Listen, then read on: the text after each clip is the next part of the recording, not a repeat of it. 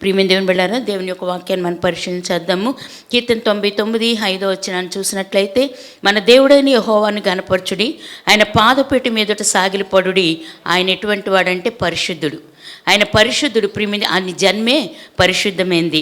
ప్రియమైన బిడ్డలారా, ఇటువంటి పరిశుద్ధుడు మరి లోకంలో ఎక్కడ కూడా మరి లేడు. ప్రియమైన అటువంటి పరిశుద్ధుడైన దేవుణ్ణి మనం కలిగి ఉన్నాం కనుక మనము హృదయపూర్వకంగా ఆయన ఏం చేయాలంటే మనము ఘనపరచాలి. ఆయన పాదపీఠం మీదట మనము సాగిలపడాలి. ఎందుకు?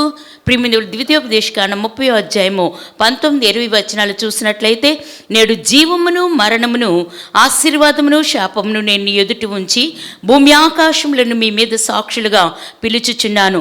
నీ పితరులైన అబ్రహాము, ఇస్సాకు, యాకోబులకు ఆయన ప్రమాణం చేసిన దేశంలో మీరు నివసించినట్లు యెహోవాయే నీ ప్రాణమునకును నీ దీర్ఘాయుషునకును మూలమై ఉన్నాడు. కాబట్టి నీవును నీ సంతానమును బ్రతుకుచు నీ ప్రాణమునకు మూలమైన నీ దేవుడైన యెహోవాను ప్రేమించి ఆయన వాక్యమును విని ఆయన హత్తుకున్నట్లును మనం ఏం కోరుకోవాలంటే జీవమును కోరుకోవాలి. ఆయన ఒక్కడే జీవం ఇచ్చే దేవుడు. ప్రియమైన ఇక్కడ అంటాడు కదా, నీవును నీ సంతానమును బ్రతుకుచు నీ ప్రాణమునకు మూలమైన నీ దేవుడైన యెహోవాను ప్రేమించి ఆయన వాక్యమును విని ఆయన హత్తుకున్నట్లును మనం ఏం కోరుకోవాలంటే జీవాన్ని కోరుకోవాలి. ప్రియమైన మన ముందు ఏముంచాడంటే ఆయన జీవాన్ని ఉంచాడు, మరణాన్ని ఉంచాడు, ఆశీర్వాదాన్ని ఉంచాడు, శాపాన్ని ఉంచాడు. ఏది కోరుకుంటున్నాం మనం ఈరోజు? ప్రియమైన మరణాన్ని కోరుకుంటున్నావా? జీవాన్ని కోరుకుంటున్నావా? ఆశీర్వాదాన్ని కోరుకుంటున్నావా? శాపాన్ని కోరుకుంటున్నావా? దేన్ని కోరుకుంటున్నాం మనం? ప్రియమైన దేవుని బిడ్డలమై ఉండి మనము ఆయన అంటున్నాడు కదా, నీ ప్రాణమునకును ప్రియమైన ఆయన అంటున్నాడు, మీరు నివసించినట్లు యెహోవాయే నీ ప్రాణమునకును దీర్ఘాయుషునకును మూలమై ఉన్నాడు. దీర్ఘాయుషునిచ్చేవాడు ఆయనే. ప్రియమైన నీ ప్రాణమును కాపాడేవాడు ఆయనే, నీకు జీవాన్ని ఇచ్చేవాడు ఆయనే, నీకు ఆశీర్వాదాన్ని ఇచ్చేవాడు కూడా ఆయనే. అటువంటి మూల కారణమైన దేవుణ్ణి నువ్వు ఘనపరుస్తావా? ఆయన పాదపీఠం మీద నువ్వు సాగిలిపడతావా? ప్రియమైన నువ్వు సాగిలిపడినట్లయితే నీ దేవుడు నీకు జీవాన్ని ఇస్తానని ఆయన మాట్లాడుతున్నాడు. దేవుడు మనకిచ్చిన ఈవుల్లో ముఖ్యమైనది స్వేచ్ఛ. ప్రియమైన మనకు స్వేచ్ఛను ఇచ్చాడండి. మన మీద ఏది కూడా ఆయన రుద్దే లేదు. నువ్వు ఇలా చెయ్యని చెప్పాడు, కానీ నువ్వు అలాగే చెయ్యని నీ మీద ఆయన రుద్దలేదు. నీకు స్వేచ్ఛనిచ్చాడు. ప్రియమైన దేవుడు మనకు స్వేచ్ఛను అనగా మరి కోరుకును ఆధిక్యతను మనకి ఇచ్చాడు. నువ్వు దేన్ని కోరుకుంటున్నావు ఈరోజు? నువ్వు దేవుని కోరుకుంటున్నావు? ప్రియమైన జీవాన్ని కోరుకుంటున్నావా? మరణాన్ని కోరుకుంటున్నావా? ఆశీర్వాదాన్ని కోరుకుంటున్నావా? కీడును కోరుకుంటున్నావా? దేన్ని కోరుకుంటున్నావు? నీకు స్వేచ్ఛనిచ్చాడు, ఆయన ఆధిక్యతనిచ్చాడు. ఈ ఆధిక్యతలో దేన్ని నువ్వు కోరుకుంటున్నావు? ప్రియమైన అంటాడు కదా, ఇదిగో జీవము మరణము, ఆశీర్వాదము శాపము, వెలుగు చీకటి, మేలు కీడు, మీకు ఏది కావాలనో కోరుకోండి ప్రభువు చెప్తున్నాడు. నీకేది కావాలి? ఏది కోరుకుంటున్నావు ఈరోజు? దేన్ని కావాలని కోరుకుంటున్నావు నువ్వు? ప్రియమైన చాలా మంది ఏం కోరుకుంటున్నారంటే జీవాన్ని తెలుసుకుని కూడా, ఆశీర్వాదాన్ని తెలుసుకుని కూడా, వెలుగును తెలుసుకుని కూడా, మేలును తెలుసుకుని కూడా ఏం చేస్తున్నామంటే లోకంలో పాపంలో శాపంలో మరణాన్నే కోరుకుంటున్నాం. కానీ మన జీవితంలో దేవుడిచ్చిన స్వేచ్ఛను ప్రియమైన ఆయన జీవానికి మనం వినియోగించట్లేదు. నీకు దేవుడు జీవాన్ని ఇస్తానంటున్నాడు, ఆశీర్వాదాన్ని ఇస్తానంటున్నాడు, మేలుని ఇస్తానంటున్నాడు, వెలుగునిస్తానంటున్నాడు. ఇన్ని ఇస్తానన్నా కూడా నువ్వు నాకు అవసరం లేదని చెప్తున్నావు. నువ్వు అవసరం లేదు, నువ్వు నాకు అవసరం లేదు. ప్రియమైన నీ దీర్ఘాయుష్ణ కారకుడైనా నీ సంతానాన్ని నిన్ను కూడా నేను ఆశీర్వదిస్తానని చెప్తున్నా. దానికి మూలమైన దేవుణ్ణి ఏం చేస్తున్నామంటే మనం వదిలిపెట్టుకుని లోకానుసారమైన జీవితాలు దేన్ని కోరుకుంటున్నామంటే మరణాన్నే కోరుకుంటున్నాం. చీకట్లో ఉండటానికే ఇష్టపడుతున్నాం, కీడునే వెతుకుతున్నాం. కానీ దేవుని యొక్క ఆశీర్వాదం మనకు అవసరం లేదని, నీకు ఇచ్చిన స్వేచ్ఛ నువ్వేం చేసుకుంటున్నావంటే నువ్వు పాడు చేసుకుంటున్నావని దేవుని యొక్క వాక్యం సెలవిస్తుంది. ప్రియమైన ఆయన మరి ఇక్కడ అంటాడు కదా, మీరు మీ దేవుడైన యెహోవాను కోరుకొని ఎడల ఆయన దీవెనిస్తాడని దేవుని యొక్క వాక్యం సెలవిస్తుంది. ఆయన మాట వినక ఇతర దేవతలను అనుసరించిన ఎడల నీకేం కలుగుతుందంటే శాపం కలుగుతుందని దేవుని యొక్క వాక్యం సెలవిస్తుంది. నీకు శాపమే. నువ్వు దేని కోరుకుంటున్నావు? నీ పరిశుద్ధుడైన, నీకు జీవానికి మూలమైన, నీ వెలుగుకి మూలమైన, నీ ఆశీర్వాదానికి మూలమైన నీ దేవుణ్ణి మానివేసి నువ్వు దేన్ని కోరుకుంటున్నావు ఈరోజు? దేన్ని అనుసరిస్తున్నావు ఈరోజు నువ్వు? ప్రియమైన నువ్వు అనుసరిస్తే దాన్ని అనుసరిస్తే ఇక్కడ అంటాడు కదా, ఇతర దేవతలను అనుసరించేవారు దేన్ని కోరుకుంటున్నారంటే శాపాన్ని కోరుకుంటున్నారు. కానీ దేవుడు పరిశుద్ధుడు. నువ్వు ఆయన్ని కోరుకున్నట్లయితే ఈ లోకంలో నీకు ఆశీర్వాదం, నీకు జీవము, నీకు మేలు అని దేవుడు సెలవిస్తున్నాడు. దేన్ని కోరుకుంటున్నావు ఈరోజు? నీకు ఇచ్చిన స్వాతంత్ర్యాన్ని దేనికి వినియోగిస్తున్నావు? దేని కొరకు ఖర్చు పెడుతున్నావు? ప్రియమైన దేని కొరకు నువ్వు ఆలోచన చేస్తున్నావు? ప్రియమైన ఇక్కడ అంటాడు కదా, అయినను అట మనుషులు మంచిదైన వెలుగును కోరక చీకటినే కోరుకుంటకు కారణమేంటి? ఇంతగా దేవుడు నీకు ఇస్తానంటున్నాడు, ఇంతగా నిన్ను ఆశీర్వదిస్తానంటున్నాడు, నీకు దీర్ఘాయుష్ని ఇస్తానంటున్నాడు, నీకు జీవాన్ని ఇస్తానంటున్నాడు, నీకు మేలుని ఇస్తానంటున్నాడు, నీకు ఆశీర్వాదం ఇస్తానంటున్నాడు. ఇంత చేసినా కూడా నువ్వు చీకటిని ఎందుకు కోరుకుంటున్నావు? చీకట్లో ఉండాలని నువ్వు ఎందుకు కోరుకుంటున్నావు? చూద్దాం యోహాను సువార్త 3:19-20 చూసినట్లయితే, వెలుగు లోకంలోనికి వచ్చెను గాని తమ క్రియలు చెడ్డవైనందున మనుషులు వెలుగును ప్రేమింపక చీకటినే ప్రేమిస్తున్నారట. ప్రియమైన వెలుగట లోకంలోకి వచ్చింది, కానీ మన క్రియలు చెడ్డమైనందున మనుషులు వెలుగును ప్రేమింపక దేన్ని ప్రేమిస్తున్నారంటే చీకటిని. ఎందుకంటే చీకటి క్రియల్లో ఉన్నాం గనుక, చీకటి క్రియల్లో ఉన్నాం, చీకట్లో ఉన్నాం, పాపంలో కొట్టుమిట్టాడుతున్నాం.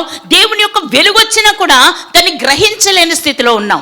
ఆయన నీకు ఎంత మంచి ఆశీర్వాదాలు ఇస్తానంటున్నాడండి. నీకు స్వాతంత్రాన్ని ఇచ్చాడు దేవుడు, నీకు స్వేచ్ఛనిచ్చాడు దేవుడు. నువ్వు దేన్ని కోరుకుంటున్నావు? ఈరోజు నువ్వు దేన్ని కోరుకుంటున్నావు?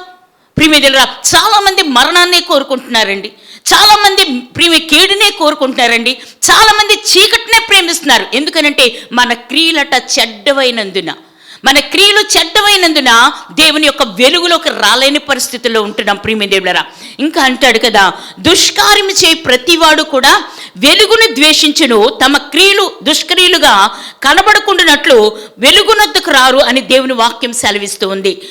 దుష్కార్యము చేయి ప్రతివాడు కూడా వెలుగును ద్వేషిస్తాడు, దేవుని ద్వేషిస్తాడు.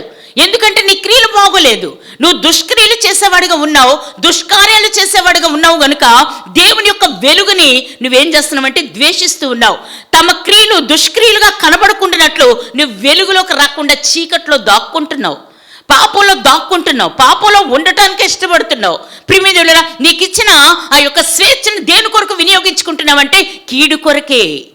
ప్రియమిత్రులారా, కీడు కొరకే, నీకు మరణం కొరకే, దాని కొరకే నువ్వు వినియోగిస్తున్నావు. కానీ దేవుళ్ళలోకి వెలుగులోకి వద్దాం, దేవుని వెలుగులో మనం సరి చేసుకుందాం, దేవునిలో వెలుగులోకి వచ్చి మన జీవితాలు సరి చేసుకుందాం, దేవుడిచ్చిన స్వేచ్ఛని, దేవుడిచ్చిన ఆధిక్యతను మనం పొందుకుందామని ఎవ్వరికీ కూడా లేదండి.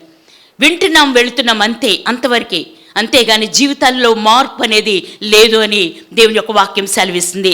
గబ్బాతా అనుబడి రాళ్లు పరచబడిన స్థలమునట పిలాతు నిలవబడి, ఇదిగో మీకు మేలు చేసిన మీ రాజునని చెప్పుకొనిచున్న ఈ యేసును విడుదల చేయకూడదునా అని ప్రియమిత్రులారా ఈ పిలాతు అడుగుతూ ఉన్నాడు.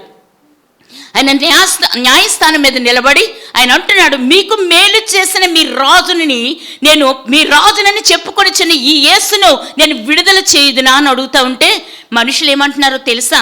ప్రియమిత్రులారా, ఇక్కడ అంటున్నాడు కదా, కలహకారుడును బందిపోటు దొంగయునైనా బరబ్బాను విడుదల చేయమని కోరుతారా? ఎవరిని విడుదల చేయమని కోరుతారు? మీకు యేసు చేసిన అద్భుతాలు మీ జీవితాల్లో అనేకమైన మేలులు చేశారు, అనేకమైన అద్భుతాలు చేశారు, అనేకమైన ఆశీర్వాదాలతో నింపారు. ఇంత చేసిన నీ యేసుక్రీస్తు నేను విడుదల చేయాలా, లేదా బందిపోటు దొంగ అయినా బరబ్బాను విడుదల చేయాలా? ప్రియమిత్రులారా, ఎవరిని విడుదల చేయాలని కోరుతున్నారని పిలాతు అడుగుతూ ఉంటే ఇక్కడ ప్రజలు ఏమంటున్నారో తెలుసా? మీరు కోరుకోనండి అనగా మాకు బరబ్బానే విడుదల చేయండి. ఏమని కోరుకుంటున్నారు?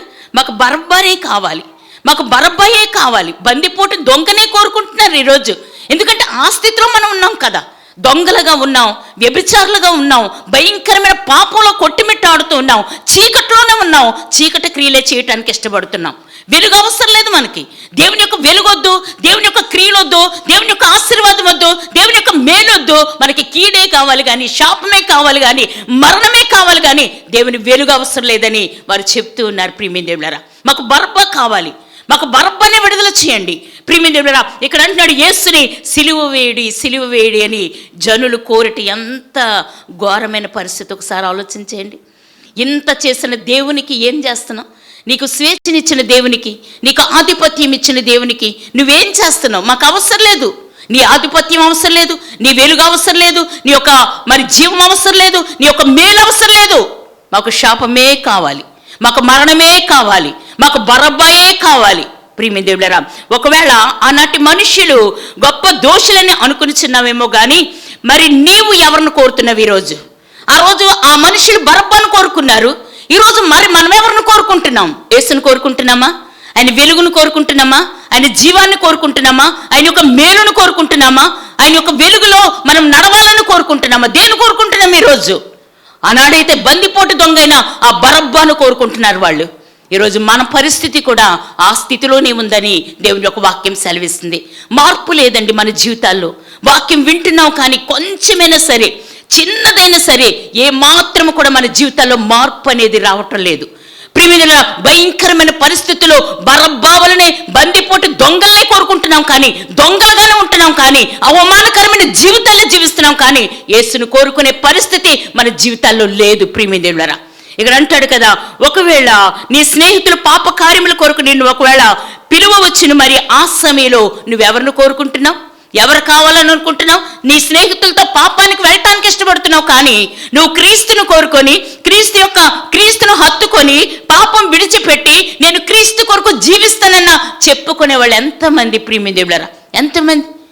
స్నేహితులు పిలుస్తున్నారు చాలా మంది, నువ్వు పాపం చేద్దాం రా, లోకంలోకి వెళదాం రా, లోకాన్ని అనుభవిద్దాం రా, లోకంలో జీవిద్దాం రా అంటే వాళ్ళతో వెళ్ళటానికి ఇష్టపడుతున్నావు కానీ నేను క్రీస్తు కొరకు నిలబడతాను, క్రీస్తు నాకు జీవితంలో ఎన్నో మేలులు చేశాడు, ఆయన జీవాన్ని లోకానికి నేను తెలియచేస్తాను, ఆయన ఒక మేలుని లోకానికి నేను తెలియచేస్తాను అన్నవాళ్ళు ఎంతమంది లోకంలో?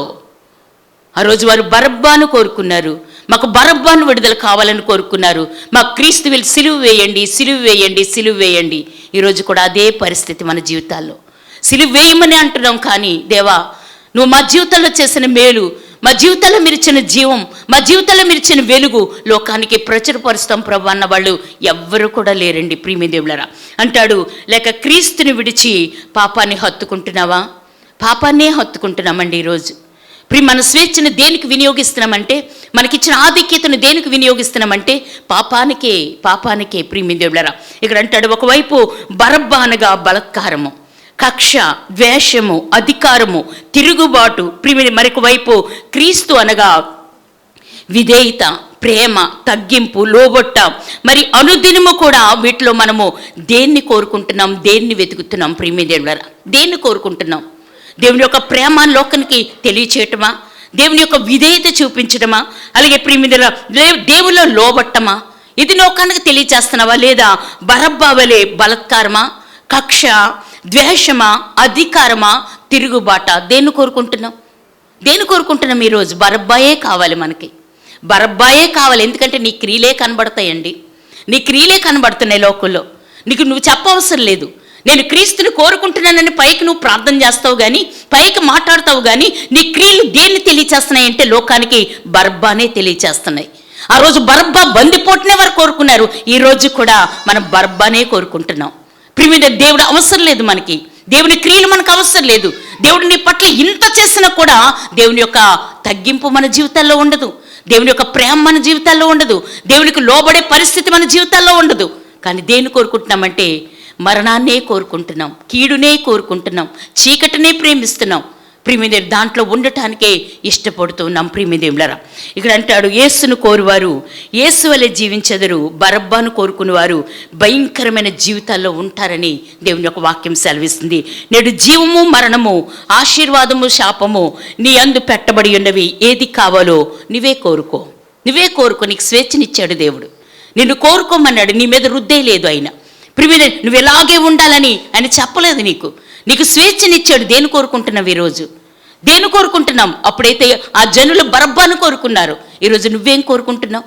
ప్రియమైన యెహోషువ 24:14-15 వచనాలు చూసినట్లయితే, కాబట్టి మీరు యెహోవా యందు భయభక్తులు గలవారై ఆయనను నిష్కపటముగాను సత్యముగాను సేవించుచు మీ పితరులు నది అద్దరిని ఐగుప్తులోను సేవించిన దేవతలను తొలగద్రోసి యెహోవాను సేవించుడి. యెహోవాను సేవించుట మీ దృష్టి కీడని తోచిన ఎడల మీరు ఎవరిని సేవించుదురో నేడు మీరు కోరుకొనుడి.